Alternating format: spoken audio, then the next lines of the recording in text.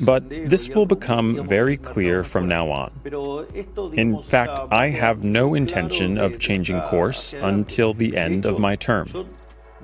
In other words, I am committed to the agenda of lowering taxes, deregulating, and keeping the economy growing.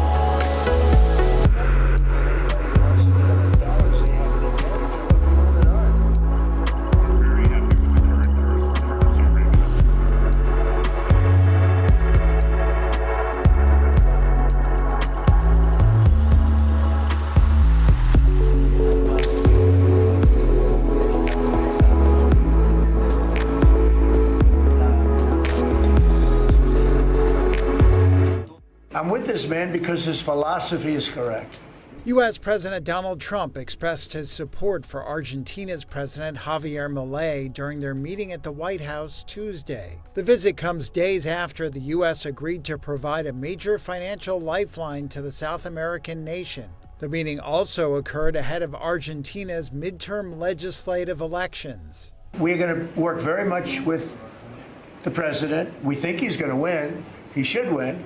And if he does win, we're going to be very helpful. And if he doesn't win, we're not going to waste our time. Trump's remarks rattled Argentine markets that had previously been buoyed by the support package recently announced by US Treasury Secretary Scott Bessent, the centerpiece of which is a $20 billion currency swap with Argentina's central bank, exchanging stable US dollars for volatile pesos. Bessent said in the meeting that the support package depended on the continuance of economic policies favored by the Trump administration. We're confident that the president's party will and the coalition will do well in the election, and this aid is predicated on robust policies, and going back to the failed Peronist policies would cause a U.S. rethink. The economic lifeline for Argentina marks an unusual move for the U.S., particularly under an administration that has largely stayed away from major foreign interventions. The White House has framed the deal as a strategic effort to stabilize a key regional ally, but it has drawn criticism at home, including from Democratic lawmakers who have accused Trump of prioritizing foreign bailouts and investor protections while the U.S. government remains shut down.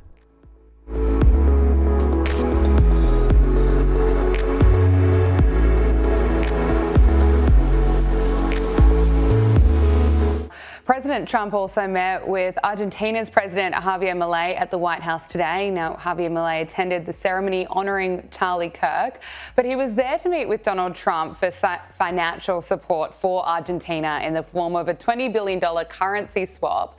Now, it's interesting, President Donald Trump directly tied the $20 billion lifeline to Javier Milei's success in the upcoming midterm elections. He says that if Milei loses, that we are not going to be generous with Argentina. year. So Argentina is holding a midterm congressional election on October 26th that is widely being seen as this referendum on Milei's policies.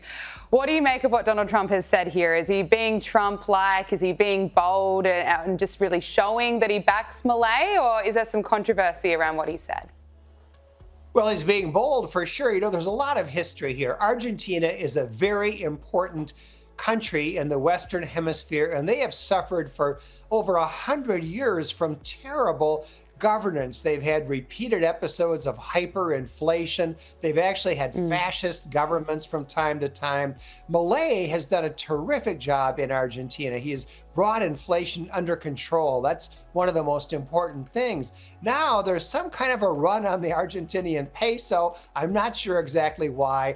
Investors are fleeing the peso and going to dollars. And so this swap that President Trump has agreed to of dollars for pesos counteracts that and helps to shore up the value of the peso. So I think this makes a lot of sense because Argentina is a very important ally of the United States, and it's important to the whole Western Hemisphere that Argentina be a stable country. Now, some people undoubtedly are going to criticize Trump for saying, yeah, this depends on Milei staying in power.